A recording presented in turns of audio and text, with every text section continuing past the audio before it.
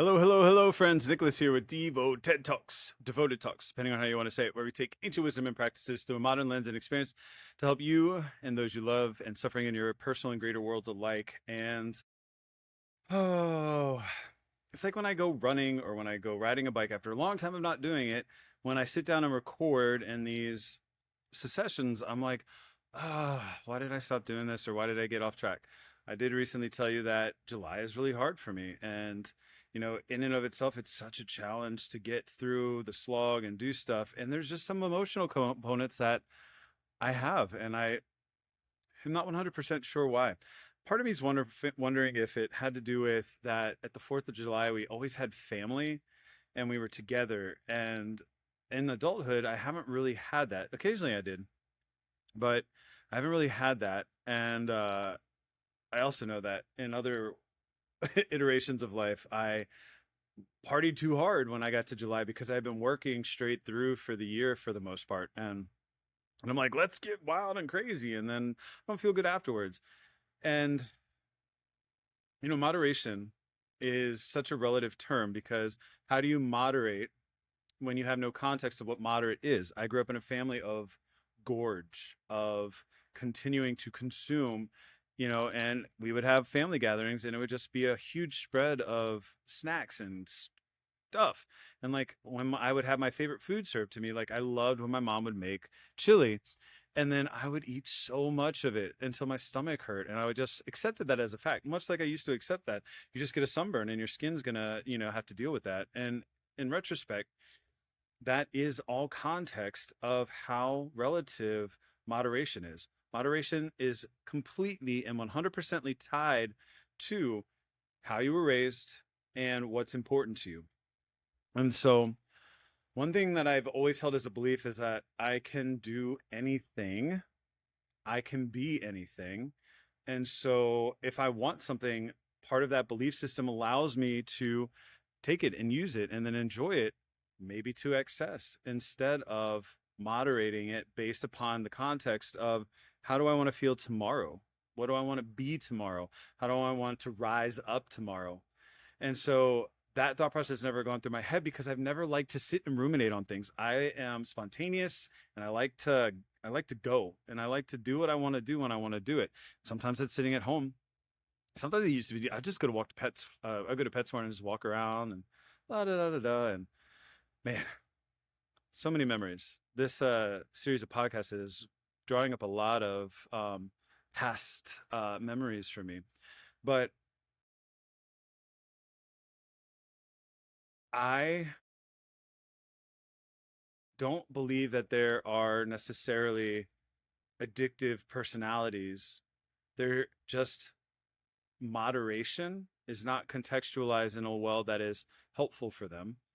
And there was nobody to contextualize for that. In fact, actually, it might have been contextualized by their family in the first place, to where certain emotional stimulus from the family, whether it's chaos or abuse or whatever, caused them to compensate through the use of something that can't be moderated because the emotional turmoil or emotional baggage that they have to deal with is directly correlated to the amount of pain that they suffered. So lots of pain, lots of use of something to help them moderate. I mean, people who overeat and they keep eating, even though it's clearly not good for them. They can't walk, they can't move. And it's just what they do to hold themselves emotionally where they prefer to be, right? And what relationships we developed to feel a certain way are different person to person to person. That's why not everybody's addicted to the same thing. That's why not everybody receives emotional upliftment or whatever from eating as from drinking or from overworking, right? All of us are moderating how we feel in any given moment. Some of us are moderating just the physical, some of us are moderating just the spiritual, and some of us are just moderating the mental. Most people are moderating all three, and depending on what's happening around you, all kinds of things could be happening and or be true within that context. So, right, if your spirit is solid, maybe your mind and body are a little bit more balanced. But if all three are out of whack, who knows what'll happen? Did you like my little sounds? I don't know what that means. So, people are always trying to moderate how they feel, period. But if they don't have the context to know what is too much and what is enough, and they don't have the self mastery by returning to the same lessons with pen and paper or whatever symbolic thing to recognize, being studious about it, they don't know what is happening. And in that lack of knowledge, they are returning to these lessons and they're getting the better of them.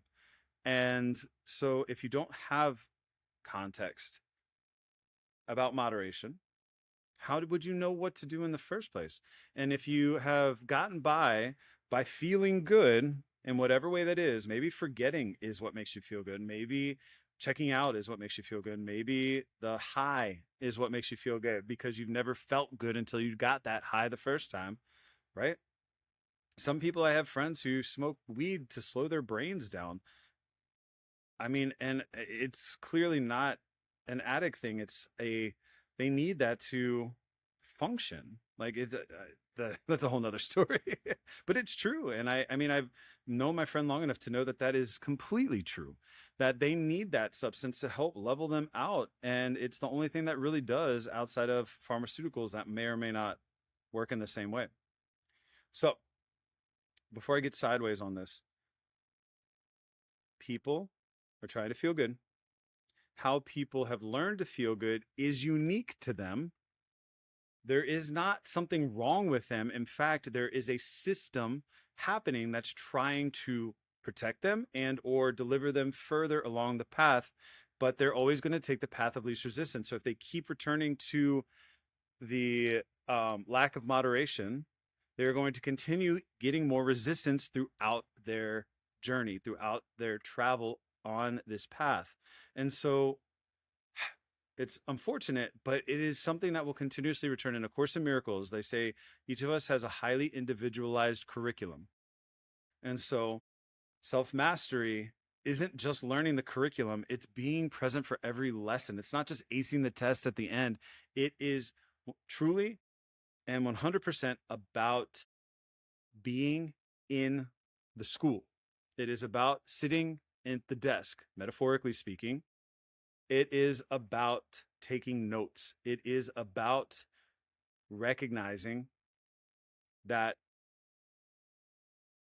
you are the expert of self, not just because is you, yourself and I, me, myself and I, whatever, but because you have all the details. You know what makes you feel a certain way. You know what may have triggered you. You know what you do and don't like at a deeper level than anybody else does. People outside of us may know us, but nobody's going to know you as deeply as you do if you take the time to pay attention. And I would argue, and I would die on that hill, that yoga taught properly, mind, body, spirit, not just asana, is going to help people come into relationship with all of these parts of themselves in a loving, in a caring way, as long as they can stay with it.